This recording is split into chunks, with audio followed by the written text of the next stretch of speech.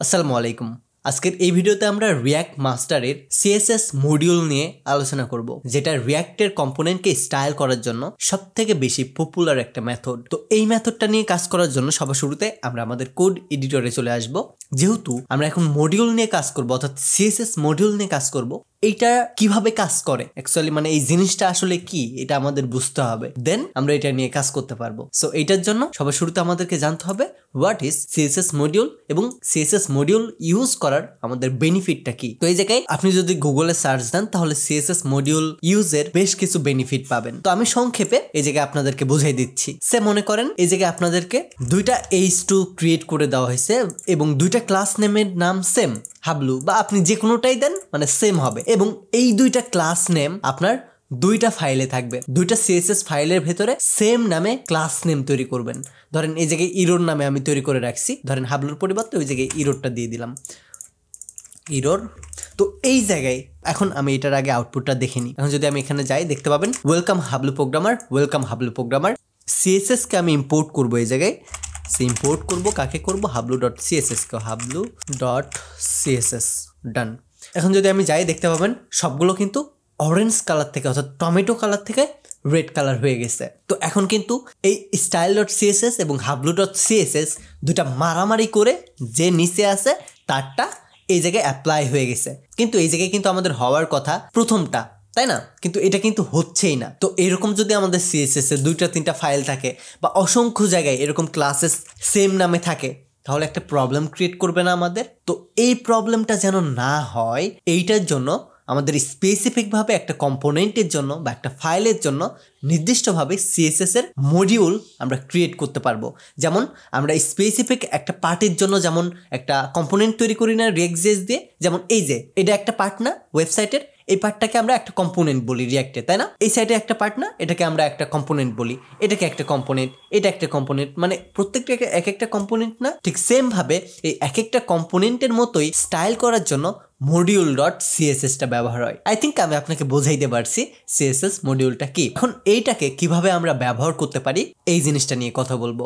তো আমাদের সিএসএস মডিউলটাকে যখন আমরা রিয়াক্টে ব্যবহার করব তখন আমাদের একটা জিনিস মাথায় রাখতে হবে। প্রথমত যে ফাইলটাতে আমরা সিএসএস মডিউল নিয়ে কাজ করব, অর্থাৎ যে সিএসএস ফাইলটাকে, অর্থাৎ এই যে হাবলু ডট সিএসএস ফাইল নামে যে ফাইলটা আছে এইটাকে যদি আমি মডিউলার ফাইলটা বানাই তাহলে অবশ্যই আমাদেরকে এক্সটেনশনে পরিবর্তন করতে হবে। এই জায়গায় আমাদেরকে লিখতে হবে মডিউল ডট সিএসএস, মাস্ট এই জিনিসটা আমাদের লিখতেই হবে মডিউল নিয়ে বা মডিউলার নিয়ে কাজ করার জন্য। অ্যান্ড এইটা শুরুতে আমাদেরকে আরো একটা নাম দিতে হবে, অর্থাৎ মডিউল ডট সিএসএস এর আগে যে ডটটা আছে এই ডটের আগে আমাদেরকে একটা নাম দিতে হবে। এই নামটা আপনি যেটা সেটা দিতে পারেন। এখানে আপনি Hablu dot module dot CSS দিতে পারেন, এই জায়গায় আপনি ঈশান ডট মডিউল ডট সিএসএস দিতে পারেন, এই জায়গায় আপনার নাম ডট মডিউল ডট সিএসএস দিতে পারেন, অর্থাৎ এই নেমের জায়গায় যে কোনোটাই দিতে পারবেন। But dot module dot CSS এটা আপনি কোনোভাবেই পরিবর্তন করতে পারবেন না। যদি পরিবর্তন করে দেন বা ভুল লেখেন তাহলে এটা কিন্তু সিএসএস এর মডিউল হবে না। তো এইটার জন্য আমি আমাদের ফাইলে যাব অ্যান্ড এই জায়গায় গিয়ে আমি একটা সিএসএস এর মডিউলার ফাইল তৈরি করে নিব, অথবা এই হাবলু সিএসএস ফাইলটাকে আমি সিএসএস এর মডিউলার বানাই দিব। তো হাবলু সিএসএস এটাকে জাস্ট কেটে দিচ্ছি, কেটে দিয়ে এই জায়গায় দেখেন মডিউল ডট সিএসএস আছে, এইটার আগে যে ডটটা আছে না এই ডটের আগে হাবলুটা বানাই দিলাম। তার মানে হাবলু কম্পোনেন্টের জন্য স্পেসিফিক ভাবে আমি সিএসএস এর একটা মডিউল তৈরি করতেছি। That's it. দেখতে পাবেন এই জায়গায় নামটা পরিবর্তন হয়ে গেছে। এখন আমরা কিভাবে এই মডিউল সিএসএস টাকে ব্যবহার করব? নর্মালি যখন আমরা গ্লোবাল সিএসএস কে ব্যবহার করি, অর্থাৎ এই যে স্টাইল ডট সিএসএস আছে না এটাকে বলে গ্লোবাল সিএসএস, আর যেটা আছে এটা হচ্ছে মডিউল সিএসএস। তো গ্লোবাল সিএসএস আর মডিউল সিএসএস ইউজ করার ভেতরে আমাদের কিছুটা পার্থক্য আছে, অর্থাৎ ইম্পোর্ট করার ক্ষেত্রে এবং ইউজ করার ক্ষেত্রে কিছু চেঞ্জেসের পরিবর্তন হয়। যেমন এই যে এইভাবে গ্লোবাল সিএসএস কে আমাদের কোনো একটা কম্পোনেন্টের ভেতরে ইম্পোর্ট করতে হয়, বাট যখন আমরা মডিউল সিএসএস কে ইম্পোর্ট করব তখন অবশ্যই আমাদেরকে এইভাবে বলতে হবে ইম্পোর্ট, এই জায়গায় একটা নাম দিতে হবে। এই নামটা আপনি যে কোনোটা দিতে পারেন, ধরেন আমি দিচ্ছি Hablu styles. Okay, Hablu styles from কই থেকে হবে, আমাদের এক ঘর বাইরে যাবে এবং এই জায়গায় গিয়ে Hablu dot module dot CSS অর্থাৎ আমাদের যে ফাইলটার নাম আছে না এই ফাইলটার নামটা ধরে কল করব। এই জায়গায় গিয়ে জাস্ট আমি কানেক্টেড করে নিব। এইভাবে আমাদের সিএসএস এর মডিউলটাকে কানেক্টেড করে নিতে হয়। এই জায়গায় আপনি একটা জিনিস খেয়াল রাখবেন, আপনি যখন গ্লোবাল সিএসএসটাকে কানেক্টেড করবেন এই জায়গায় কোনো নাম দিবেন না, বাট যখন আপনি মডিউল সিএসএসটাকে ব্যবহার করবেন মাস্ট আপনাকে একটা নাম দিতে হবে, অর্থাৎ অবজেক্ট বানাই দিতে হবে এটাকে। তখন এই মডিউল সিএসএস এর ভিতরে যে প্রপার্টি গুলো আছে সিএসএস এর বা যে প্রপার্টি গুলো আছে সেই প্রপার্টি গুলো এই হাবলু স্টাইল বা আপনি যে নামটা দিবেন ওই অবজেক্টের প্রপার্টি হয়ে যাবে, অর্থাৎ ওই অবজেক্টের একটা পার্ট হয়ে যাবে। বুঝতে পারলেন? তো এই মডিউলের ভিতরে যে জিনিসটা রাখবেন এটাকে আপনার এইটার মাধ্যমে অ্যাক্সেস নিতে হবে তখন। তো এইটাকে হাবলু সিএসএস বা আপনি যে নামটাই দেন, এই যে নামটা সিলেক্ট করছেন এটাকে এখন আমাদের অবজেক্ট আকারে ক্লাসের ভেতর থেকে আমাদেরকে কানেক্টেড করে নিতে হবে বা ইউজ করতে হবে। তো এই জায়গায় আমরা যেহেতু অবজেক্টকে ব্যবহার করব, এটা যেহেতু এই মুহূর্তে এখন মডিউল সিএসএসটা একটা অবজেক্টের ভিতরে আছে, তো এটার জন্য এভাবে জাভাস্ক্রিপ্টের মতো করে আমাদের একটা কার্লি ব্রেসেস দিতে হবে। এবং আমরা জানি কিভাবে একটা অবজেক্টকে জাভাস্ক্রিপ্টের মাধ্যমে অ্যাক্সেস করতে হয়। এইভাবে আমাদের অবজেক্টটা লিখতে হয় এন্ড দেন অবজেক্টের প্রপার্টিটা লিখতে হয়। তো আমাদের এই জায়গায় hablu.css এর ভিতরে hablu.module.css এর ভিতরে একটা প্রপার্টি আছে। কি প্রপার্টি? এটা ইরর প্রপার্টি। তো এটা কিন্তু আর এখন সিএসএস না, এই জায়গায় হয়তো সিএসএস, বাট এই জায়গায় এসে একটা অবজেক্টের প্রপার্টি, অর্থাৎ হাবলু স্টাইলের এটা একটা প্রপার্টি হয়ে গেছে। আর এই প্রপার্টির এগুলো ভ্যালু। বুঝতে পারলেন? এই প্রপার্টিটাকে এখন আমরা এভাবে অ্যাক্সেস নিব, ইরর।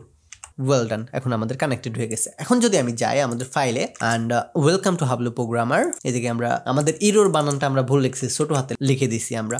এখন যদি আমি যাই দেখতে পাবেন ওয়েলকাম টু হাবলু প্রোগ্রামার, এটা রেড কালারে শো করতেছে। দ্যাটস মিন আমাদের module.css টা কিন্তু কাজ করতেছে, কারণ এই জায়গায় আমরা ব্যাকগ্রাউন্ড কালারটা রেড দিছি অ্যান্ড style.css এর ইরর কালারটা আমরা টমেটো কালার দিছি। সো আই হোপ আমি আপনাকে বোঝাইতে পারছি আমাদের একটা সিএসএস এর মডিউল কিভাবে কাজ করে। আপনি যদি এখনো বুঝে না থাকেন তাহলে এই ভিডিওটা আবারও রিপিট করুন। এন্ড আমি সংক্ষেপে আরো একবার আপনাদেরকে সামারাইজ করে দিচ্ছি। module.css টা ব্যবহার করা হয় স্পেসিফিক একটা কম্পোনেন্টের জন্য এন্ড এটাকে ইম্পোর্ট করা হয় একটা কম্পোনেন্টের মতো করে, অর্থাৎ একটা কম্পোনেন্ট যেভাবে ইম্পোর্ট করে না, ইম্পোর্ট কম্পোনেন্টের নাম ফ্রম ওই কম্পোনেন্টটা, ঠিক এইভাবে। দেন ইম্পোর্ট করার পরে আমাদের এটা একটা অবজেক্ট হয়ে যায়, অর্থাৎ যে মডিউলটাকে আমরা ইম্পোর্ট করব সেই মডিউলের যে নামটা দিব ওই নামে আমাদের একটা অবজেক্ট ক্রিয়েট হয়ে যাবে।